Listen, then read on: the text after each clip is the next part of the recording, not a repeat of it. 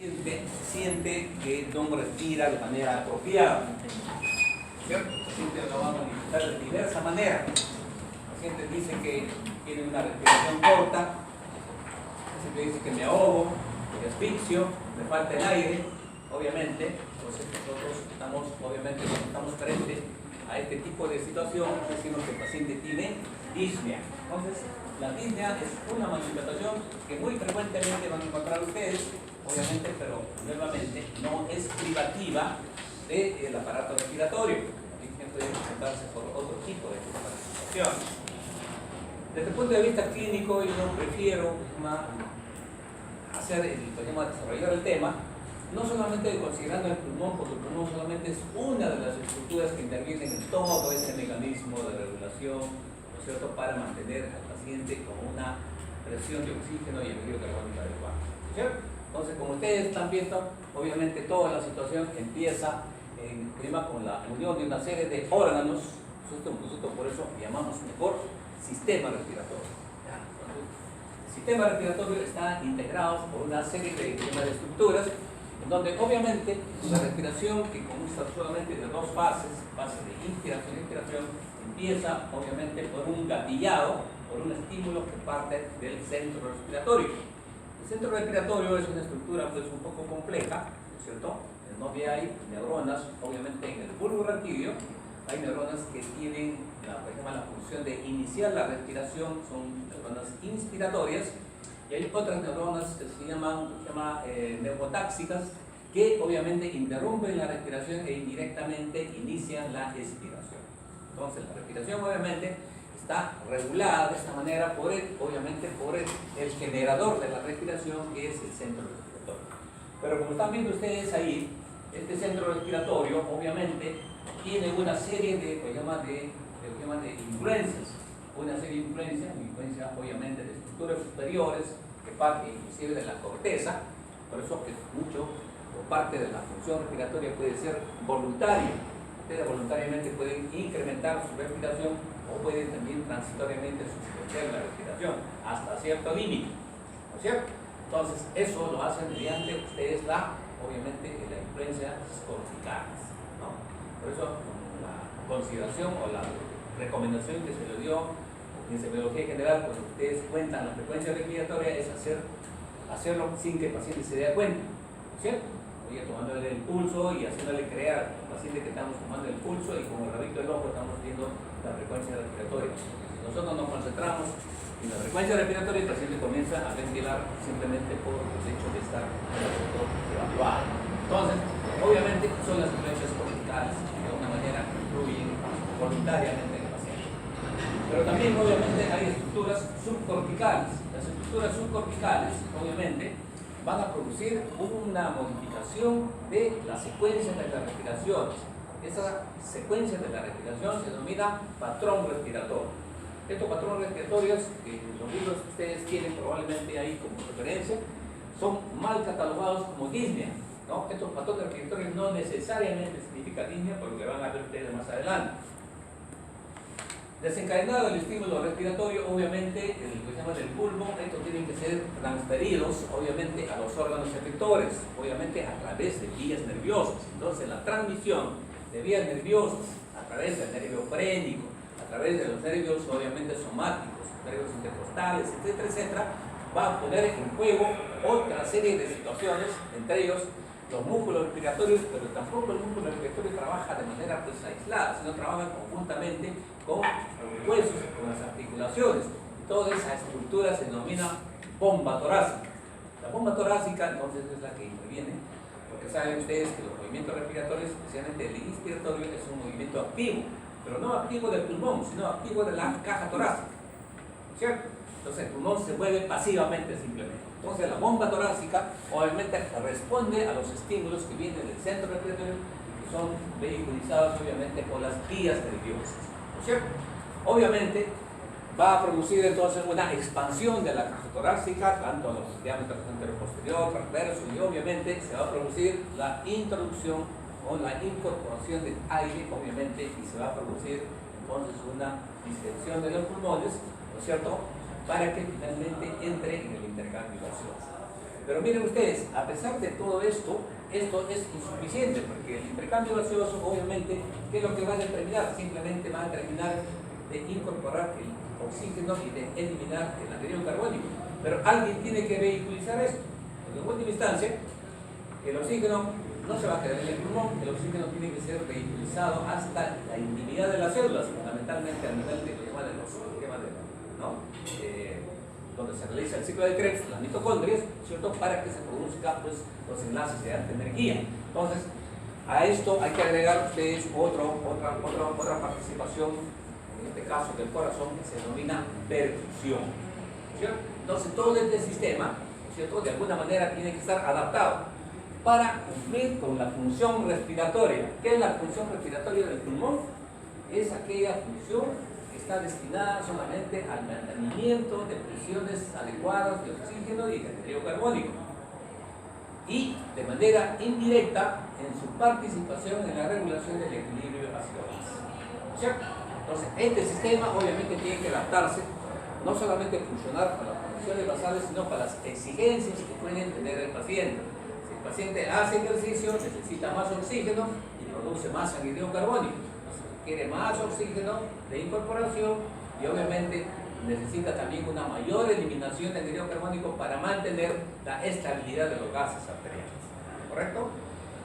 Obviamente, si el pulmón está en incapacidad de poder mantener esta constancia del medio, obviamente el paciente se dice que no respira adecuadamente, estamos hablando de una insuficiencia respiratoria. Otra situación, precisamente para que se adapten a las diversas condiciones, existe una serie de mecanismos reflejos. Mecanismos reflejos que parten no solamente del parénquima pulmonar, sino parten también de las vías respiratorias, parten de las articulaciones, parten de los mismos músculos, etc. Hay una serie de estímulos reflejos que tratan de adaptar la función del pulmón a las necesidades del organismo.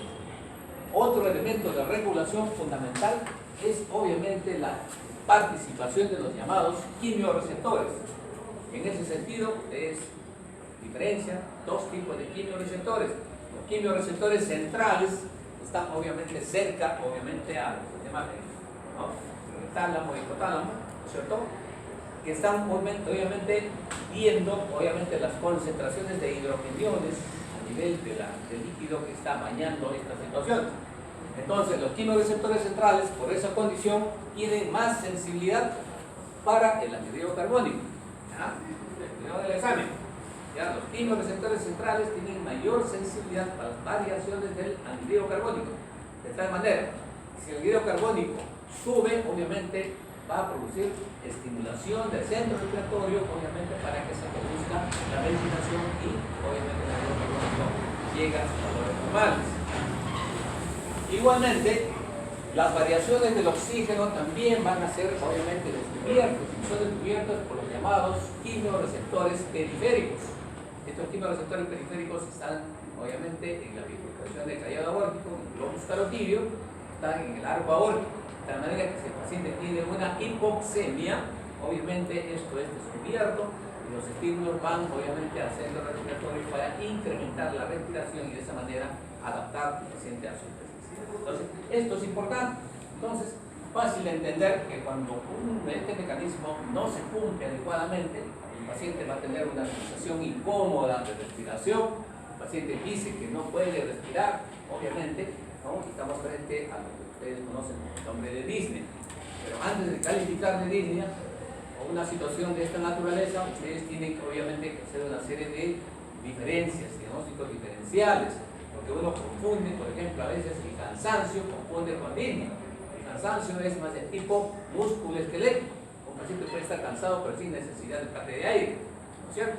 Otro es obviamente la fatigabilidad, ¿no es cierto? La fatigabilidad simplemente es el cansancio fácil. Otra situación que a veces se confunde definitivamente es la astenia. La astenia simplemente es el desgano, pero no quiere hacer nada. A veces, como muchos de ustedes están durmiendo, hay asténicos, ¿no es cierto? Entonces no tienen disnea, ¿no es cierto? Entonces la disnea es una sensación subjetiva de que el paciente tiene sensación de que le falta el aire. Entonces, cuando ustedes tienen eso, obviamente, dicen que el paciente, obviamente, su sistema de alguna manera no está funcionando apropiadamente, ¿cierto? Obviamente, para eso el paciente tiene que hacer cierto tipo de actividad física. Entonces, obviamente, tienen ustedes algunos síntomas que tienen que diferenciar, que no necesariamente significan disnea, en algunas ocasiones pueden estar asociados, pero que tienen otro tipo de significación. Por ejemplo, la taquimia solamente alude al aumento de la frecuencia respiratoria. Un paciente que está tenso, que está ansioso, puede comenzar a respirar aceleradamente. ¿Cierto? La hiperventilación, obviamente, son movimientos respiratorios, obviamente, que producen una ventilación por encima de lo que se requiere. Eso puede ocurrir igualmente, que el paciente que tiene dolor, ¿no es cierto? El paciente respira aceleradamente, o el paciente igualmente que tiene tensión, tenso, obviamente respira aceleradamente, eso se llama hiperventilación, y el paciente obviamente pues no tiene una línea, simplemente está hiperventilando por problemas de tipo emocional, ¿no? Fatiga o cansancio que les he mencionado, que es más de tipo neuromuscular, hay que diferenciar. Diferenciado de eso, ustedes dicen que el paciente tiene disnea, obviamente la disnea tiene que ver entonces con este síntoma. Esto solamente resumen la parte inicial que les he mencionado, que los centros receptores y el aparato respiratorio obviamente está regulado por una serie de problemas de estímulos, como los mecanismos reflejos, los receptores que pueden ser de tipo vagales, extratorácicos e intratorácicos, los nervios somáticos, ¿no? Los músculos respiratorios, la pared torácica, los receptores, la influencia que hemos mencionado. Todos ellos, obviamente, van a estimular el centro respiratorio. Entonces, cuando uno quiere ver cuál es el mecanismo fisiopatológico del centro respiratorio, entonces es difícil encontrar un solo mecanismo. Los mecanismos que generan disnea, obviamente, desde el punto de vista respiratorio, son variados, son múltiples. ¿Ya? La diferencia de una disnea, de otra disnea, de otro órgano que van a ver ustedes, que es en la insuficiencia cardíaca, donde el mecanismo fisiopatológico es único. ¿Ya? Entonces, en el respiratorio, obviamente, el mecanismo es variado. Puede partir de diversas áreas que van a ver ustedes más adelante. ¿Cierto? Ahí está, ¿no? Entonces, pueden tranquilamente partir de las vías aéreas superiores, de las vías aéreas inferiores, de los músculos respiratorios, de la pared torácica, aún de los músculos periféricos y de las articulaciones. En relación a esto, les hemos mencionado una diferencia de las vías respiratorias altas y vías respiratorias bajas, ¿no es cierto? El punto de diferencia es la vía respiratoria alta y baja. ¿Cuál es el límite? ¿Cuál es el límite, Guita? ¿Cuál es el límite de la vía respiratoria alta y baja? La glotis, ¿cierto? Entonces, desde ese punto de vista, ustedes pueden tener obstrucción de vía respiratoria alta. En la obstrucción de vía respiratoria alta, el paciente tiene dificultad para la incorporación de aire, tiene una disnea inspiratoria y generalmente va acompañado de la presencia de un ruido de intensidad alta o grave, que es el estridor laríngeo. ¿Ya? Ustedes escuchan un estridor laríngeo y una dificultad para la incorporación, obviamente dicen que el paciente tiene una obstrucción, y eso ocurre en atragantamiento, en la obstrucción por cuerpo extraño, definitivamente. Y cuando el paciente tiene una obstrucción de la vía respiratoria baja, como el asma bronquial, el paciente más bien tiene dificultad para la expiración. Entonces la línea es expiratoria, ¿no? Y está acompañado obviamente de la generación de un ruido de tonalidad alta, que ustedes lo conocen como sibilancia, ¿no es cierto? ¿Quién lo ha visto un asmático? ¿No? Entonces, definitivamente, ustedes vean entonces que los estímulos parten de diversos puntos, ¿no? Pueden partir de diversas estructuras, de receptores intratorácicos a través de la vía vagal, de los nervios, por los nervios somáticos, definitivamente los receptores que hemos mencionado, ¿no? Y también obviamente la sobreestimulación de los centros obviamente corticales. Acá están ustedes en una relación de que los diversos mecanismos que pueden generar disnea que les he mencionado, ¿cierto? Que no hay un solo mecanismo, siempre se ha querido buscar un solo mecanismo, pero el mecanismo respiratorio es básico. Puede haber un incremento de la resistencia de la vía respiratoria. Ejemplo, crisis asmáticas, bronquitis obstructiva, ¿cierto? Puede haber una disnea por un pulmón anormalmente rígido, como ocurre en las fibrosis pulmonares intersticiales, o inclusive en el edema pulmonar, donde el pulmón está lleno de líquido. Puede haber obviamente por interferencia de la circulación del pulmón, como ocurre en el embolismo pulmonar, ¿no? Si hay un derrame, hay una interferencia en el espacio pleural que impide que el paciente pueda desplazar el pulmón, obviamente ese paciente va a tener también dificultad respiratoria, ¿no? Igualmente puede haber dificultad respiratoria cuando hay patologías que impiden la movilidad de la caja torácica. Entonces ahí ustedes, recuerden ustedes, el Guillain-Barré, la poliomielitis, etcétera, etcétera, la esclerosis lateral amiotrófica, el paciente no puede mover la caja torácica, el paciente obviamente puede tener esta sensación de falta de aire.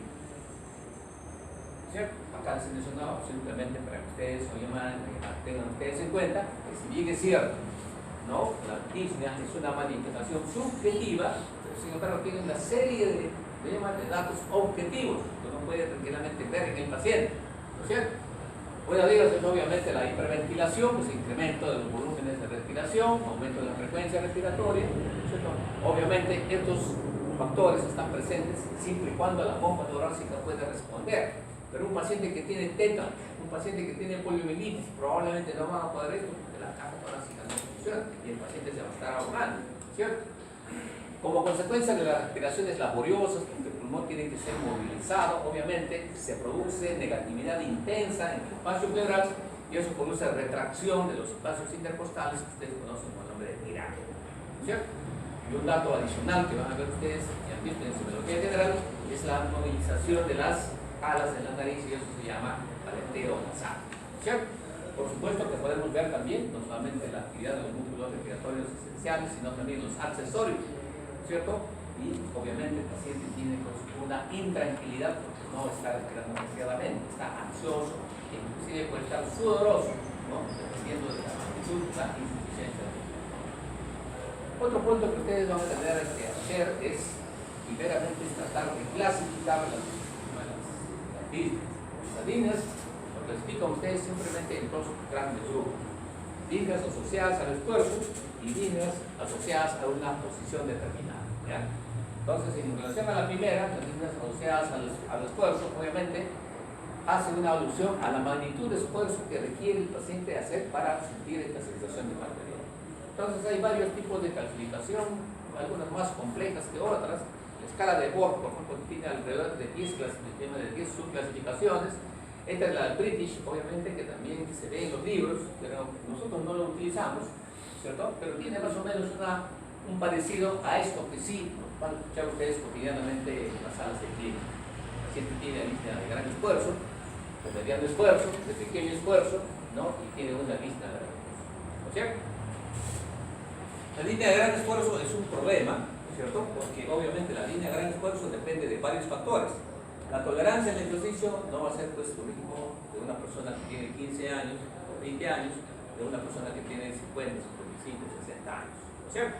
Entonces, la tolerancia y la disnea de gran esfuerzo está en relación, obviamente, primeramente con la edad y segundo con el condicionamiento físico. Inclusive dos personas de la misma edad, si uno hace ejercicio y otro es sedentario, obviamente la tolerancia de ellos van a ser completamente diferentes. Entonces, decir, cuando un paciente empieza a tener disnea a gran esfuerzo, a veces hay que tener bastante tino, definitivamente, ¿no? Chico, por ejemplo, que está acostumbrado a correr pues, 10 kilómetros semanales, obviamente, y que viene y dice que corre 5 kilómetros y se quita, ese paciente ya comienza a tener disnea a gran esfuerzo, ¿no es cierto? ¿No? Entonces, nosotros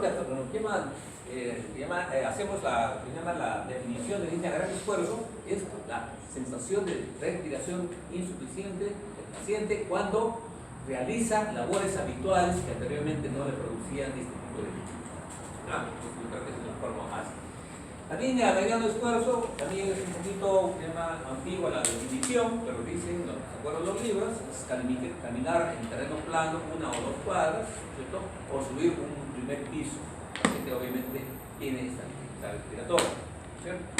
La línea de pequeño esfuerzo yo creo que está mejor estructurada, son las pequeñas actividades, peinarse, comer, hablar, etcétera, que produce fatiga en el paciente, ¿no es cierto? Una historia clínica que le hagan ustedes un paciente con disnea a pequeño esfuerzo, probablemente tiene que hacerlo con muchísimo cuidado, ¿no? Porque el paciente va a hablar, va a parar, va a respirar y nuevamente empezar a hablar nuevamente, ¿no es cierto? Y finalmente la disnea de reposo, cuando el paciente tiene obviamente la dificultad sin hacer ningún tipo de actividad física, ¿no es cierto? Entonces, cuando el paciente atraviesa todo esto y las enfermedades evolutivas así lo hacen, se dice que el paciente tiene una disnea progresiva. Pero lo importante, como digo del otro lado, importa saber cuánto tiempo ha demorado para llegar a cada una de estas situaciones. porque se supone que la disnea es expresión de la duración también de la patología que lo está generando, ¿no? Si yo tengo una disnea de 4 meses, obviamente yo tengo que pensar en una patología respiratoria de 4 meses, o más, de repente, ¿no es cierto? Si tengo una disnea súbita que se presenta de un día para otro, tengo que pensar que el paciente tiene un cuadro agudo. De repente se le pongo a ustedes en una pregunta en el examen, un paciente que está caminando por la calle, bruscamente el paciente tiene disnea, dificultad respiratoria, y lo traen a la emergencia. ¿Qué puede tener el paciente? Una neumonía, una fibrosis pulmonar, un neumotórax. Así es, un neumotórax, ¿cierto? O les digo a un paciente que tiene disnea de 4 años de evolución, ¿cierto? Y el paciente ha tenido un poco de fiebre, ¿cierto? Y el paciente comienza a tener dificultad respiratoria. Usted hace 4 años y obviamente cuando hace la otra, el paciente hace obviamente una observación. Yo le diría, la causa básica de la dificultad respiratoria de este paciente será la neumonía. No, probablemente la fibrosis pulmonar, pues son 4 años que el paciente está teniendo, y la neumonía probablemente simplemente es un agregado que ha tenido. Y las preguntas vienen de esa naturaleza, de que no pierdan ustedes esta consideración. ¿Ya? La duración de la disnea, a ustedes les dice la duración del proceso patológico que está generando. Así como hay disneas de renal esfuerzo, hay también disneas posicionales. Dentro de las disneas posicionales tienen ustedes la ortopnea, que es la intolerancia completa al decúbito, ¿cierto? La trepopnea, intolerancia al decúbito lateral, ¿cierto? Esto fundamentalmente, especialmente les digo, cuando hay derrame pleural, por ejemplo, en el lado derecho, el paciente pues va a tener la tendencia de dormir con el lado derecho hacia la cama, porque si lo hace al revés, obviamente el derrame interfiere con la movilidad del pulmón y el paciente va a tener entonces una trepopnea izquierda, ¿cierto? O sea, vayan a confundir. La Platinum está mal, no está muy bien interpretada, no se sabe. Es lo contrario de una ortopnea, pero no tiene la significación que tiene la ortopnea y la Platinum, pero ahí lo mencionamos.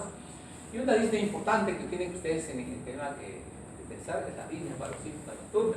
Una disnea paroxística nocturna obviamente se caracteriza porque hay una intolerancia parcial al decúbito. Después de unas horas, el paciente siente dificultad respiratoria que le obliga a sentarse.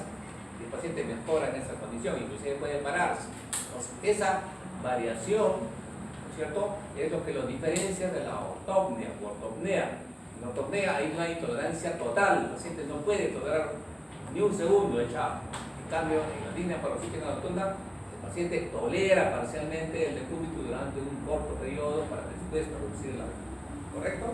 Entonces, estas líneas son fundamentales, porque la línea paroxística nocturna, si bien es cierto, cualquiera de estas líneas puede presentarse tanto en el que se llama el paciente respiratorio como en el cardiovascular, que es otra forma de línea más frecuente, ¿no? Pero la línea paroxística nocturna es más característica de la falla del ventrículo izquierdo, ¿no? Con un solo diagnóstico diferencial que tienen que hacer desde el punto de vista respiratorio, descartado una crisis asmática nocturna. Si ustedes encuentran línea paroxística nocturna, el paciente probablemente tiene una disnea de tipo cardiovascular.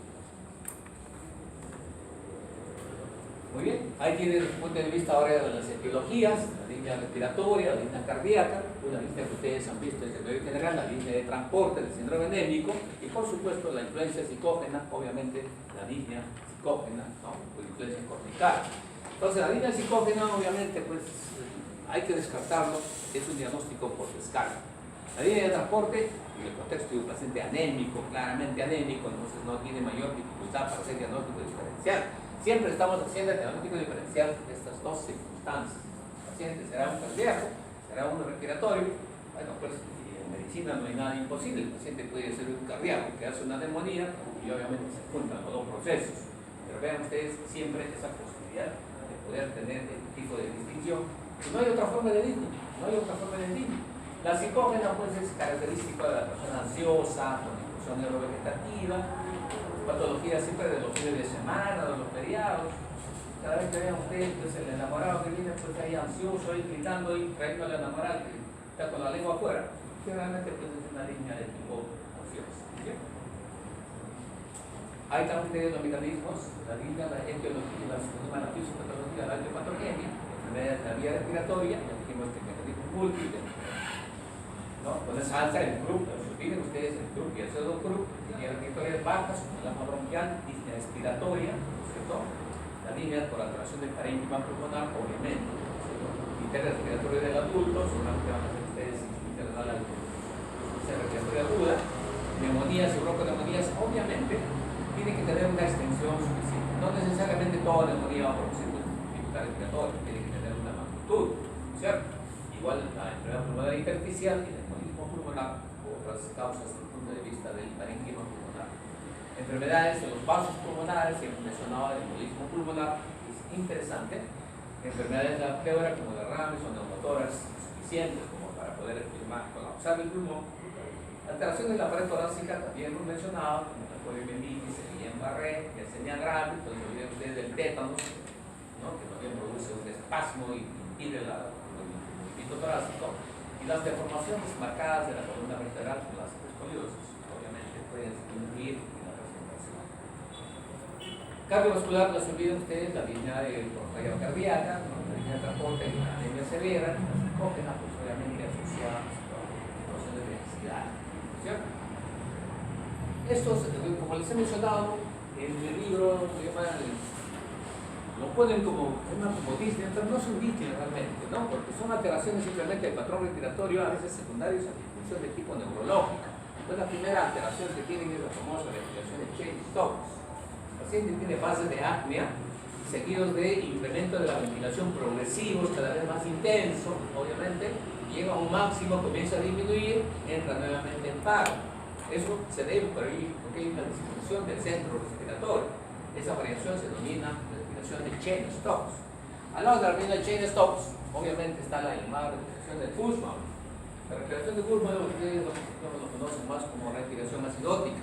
Si el paciente tiene una alteración del equilibrio ácido-base, tiene una acidosis metabólica, el pulmón actúa compensando. ¿Y cómo compensa el pulmón? Aumentando de la eliminación de anhídrido carbónico. En consecuencia, el paciente comienza a hiperventilar. Y eso se llama, obviamente, respiración de Kussmaul o respiración acidótica. Como ven ustedes, el paciente no tiene ritmo, solamente está compensando su alteración ácido-base. ¿No es cierto? Tan así que van a encontrar ustedes el anhídrido carbónico en otros pacientes, obviamente, bajo como un mecanismo de compensación de la acidosis metabólica que tiene el paciente. La respiración de Biot se caracteriza por ser una respiración irregular. Los intervalos respiratorios obviamente son variados, obviamente, ¿cierto? Esto significa obviamente un deterioro progresivo de la capacidad respiratoria que tiene su paciente, ¿no?